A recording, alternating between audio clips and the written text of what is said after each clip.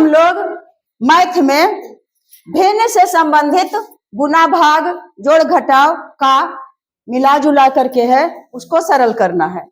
इसको हमको जानेंगे कि कैसे सरल करें। यहाँ देखो ध्यान दें, सबसे पहले पूर्णांक में है तो कुछ करें या नहीं, पहले टर्म में हम पूर्णांक को तोड़ लेंगे और चिन्ह ज्यों का त्यों रखेंगे। देखो 3/4 यहाँ है भाग 2 इकाई 2 और 1 3/2 हो गया। इसका पूर्णांक में विषम भिन्न में बदल दिए और उसके बाद गुना का चिन्ह है तो गुना का चिन्ह दिए। 3 दूनी 6 और 1 7, 7/3 हो गया। यहाँ तक कोई दिक्कत। और उसके बाद माइनस है, माइनस दिए, 1/2 है और हाँ -1/2 और 1/3। यहाँ तो पूर्णांक तोड़िए लिए और उसके बाद देख रहे हैं कि भाग है, गुना है और घटाव है और का है। कई चिन्ह है, 1 2 3 4 चिन्ह है।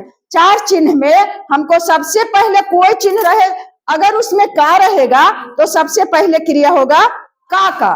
तो का क्रिया, का के मतलब होता है क्या, का के मतलब गुना करना होता है। तो जिसको भिन्न का गुना आता है ऊपर से ऊपर गुना और नीचे से नीचे गुना हो जाएगा। अगर कटने का रहता है तो कटता है और नहीं तो फिर हर में गुना और अंश के अंश में गुना।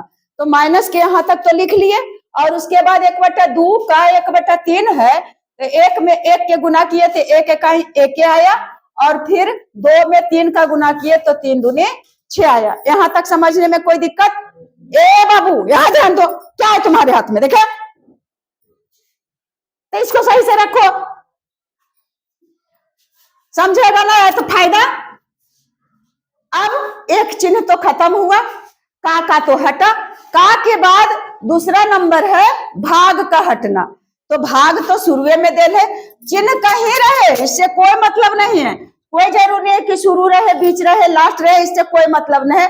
बस चिन्ह से मतलब है कि अब हम भाग का, तो भाग का नियम है कि अगर भिन्न में भाग रहता है तो भाग का चिन्ह गुना में बदल जाता है और उसके बाद जो हर है वो अंश हो जाता है, जो अंश है वो हर हो जाता है।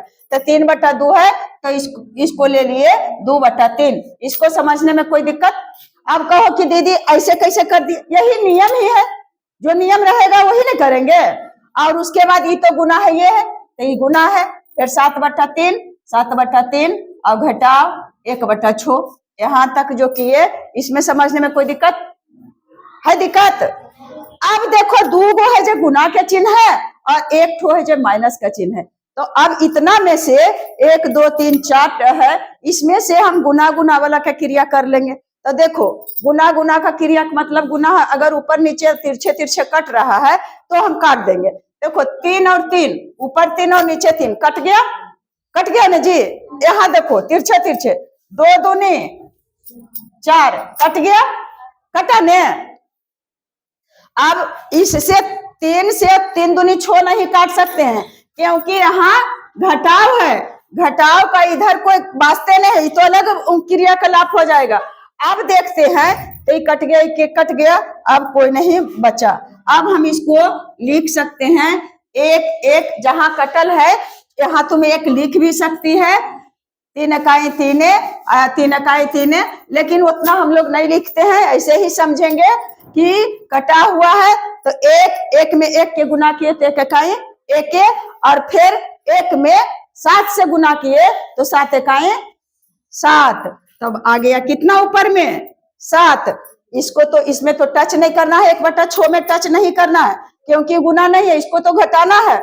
अब नीचे में बचा, यहाँ कटल है 2, यहाँ कटल है 1 तो 2 इकाई 2 और 2 में से 3 से गुना किए तो 3 दूनी 6, तो 7/6। बटा के ऊपर में आया 7 और बटा के नीचे में आया 6। सबको दिखाई दे रहा है जी? और उसके बाद यहाँ माइनस है तो यहाँ माइनस दिए और उसके बाद यहाँ तक का इतना का हमको आया करके 7/6 और उसके बाद है 1/6। अब हो गया भिन्न का घटाव, धीरे धीरे सरल हो रहा है। अब देखो 7/6 और 1/6 में हम कर देंगे घटाव। तो घटाव बनाने के लिए हम बताए थे कि हर और हर का लासा निकालेंगे, बस तिरछे तिरछे कैसे होता है जी। तो हर का 6 और 6 का लासा निकालेंगे तो लासा हमको 6 आएगा। 6 और 6 का लासा निकालेंगे तो हमको लासा 6 आया। तो एक लाइन के नीचे लिख दिए और उसके बाद फिर 6 और 6 में हम भाग दिए तो एक बार लगेगा, कट जाएगा। ये भागफल हमको 1 आया और 1 में 7 से गुना करेंगे तो 7 इकाई 7 और उसके बाद घटाव का चिन्ह है तो घटाव दे दिए। फिर 6 में 6 के हम भाग दिए तो आया 1 और 1 में 1 की गुना कर देंगे तो आएगा 1। अब 7 में से 1 घट गया तो हमको आया कितना, बचा हमको 6 और 6/6, 6/6 आया। इसका मतलब है 6 में 6 के भागा देना है तो 6 में 6 के भागा देंगे तो हमको कितना आएगा, भागफल 1। लगता है हमको यही सटीक आंसर है जी। तो ये आया। इसके पहले जो हम बनाए थे सरल करने के लिए उसमें साउंड मेरा नहीं आया है, इसके लिए मैं सॉरी हूँ और अब से ऐसा नहीं होगा।